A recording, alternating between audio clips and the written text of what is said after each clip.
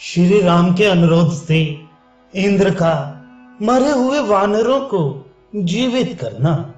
महाराज दशरथ के लौट जाने पर पाक शासन इंद्र ने अत्यंत प्रसन्न हो हाथ जोड़े खड़े हुए श्री रघुनाथ जी से कहा, नरश्रेष्ठ श्री राम, तुम्हें जो हमारा दर्शन हुआ वह व्यर्थ नहीं जाना चाहिए और हम तुम पर बहुत प्रसन्न हैं।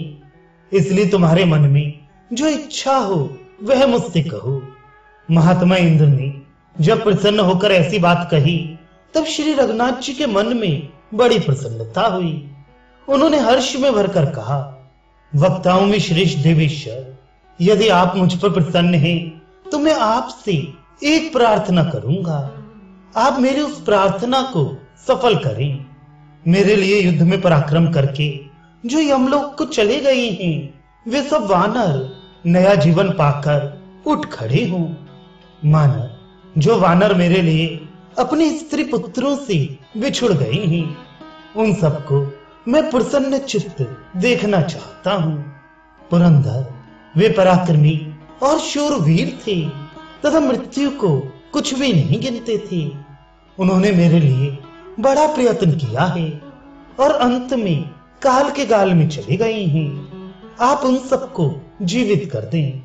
जो वानर सदा मेरा प्रिय करने में लगे रहते थे और मौत को कुछ नहीं समझते थे वे सब आपकी कृपा से फिर मुझसे मिलें, ये वर मैं चाहता हूँ।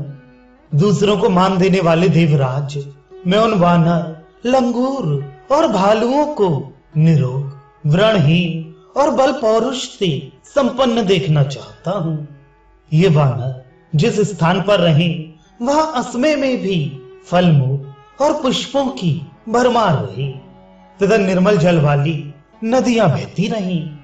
महात्मा श्री रघुनाथ जी की यह बात सुनकर महेंद्र ने प्रसन्नता पूर्वक यूं उत्तर दिया, रघुवंश विभूषण, आपने जो वर मांगा है यह बहुत बड़ा है, तथापि मैंने कभी दो तरह की बात नहीं की है, इसलिए यह वर अवश्य सफल होगा। जो युद्ध में मारे गए हैं और राक्षसों ने जिनके मस्तक तथा भुजाएं काट डाली हैं वे सब वानर, भालू और लंगूर जी उठे। नींद टूटने पर सोकर उठे हुए मनुष्यों की भांति वे सभी वानर निरोग, व्रणहीन तथा बल पौरुष से संपन्न होकर उठ बैठेंगे।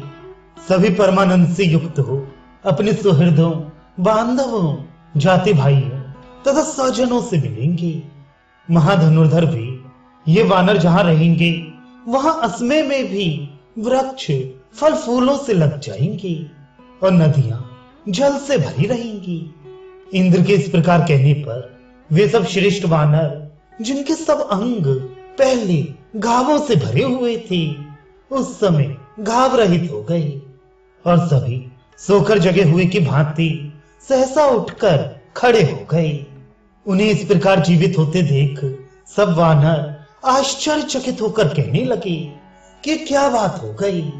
श्री रामचंद्र जी को सफल मनोरथ हुआ देख समस्त श्रेष्ठ देवता अत्यंत प्रसन्न हो लक्ष्मण सहित श्री राम की स्तुति करके बोले, राजन, अब आप यहाँ से अयोध्या को पधारें और समस्त वानरों को विदा कर दे। ये मिथिलेश कुमारी यशस्विनी सीता सदा आप में अनुराग रखती हैं, इन्हें सांत्वना दीजिए। और भाई भरत आपके शोक से पीड़ित हो व्रत कर रही हैं, अतः उनसे जाकर मिलिए। आप महात्मा शत्रुघ्न से और समस्त माताओं से भी जाकर मिलें, अपना अभिषेक कराएं और पुरवासियों को हर्ष प्रदान करें। श्री राम और लक्ष्मण से ऐसा कहकर देवराज इंद्र सब देवताओं के साथ सूर्य तुल्य तेजस्वी विमानों द्वारा बड़ी प्रसन्नता के साथ अपने लोक को चले गए। उन समस्त श्रेष्ठ देवताओं को नमस्कार करके भाई लक्ष्मण सहित श्री राम ने सबको विश्राम करने की आज्ञा दी। श्री राम और लक्ष्मण के द्वारा सुरक्षित तथा हृष्टपुष्ट सैनिकों से भरी हुई वे यशस्विनी विशाल सेना चंद्रमा की चांदनी से प्रकाशित होने वाली रात्रि के समान अद्भुत शोभा से उद्भासित होती हुई विराज रही थी।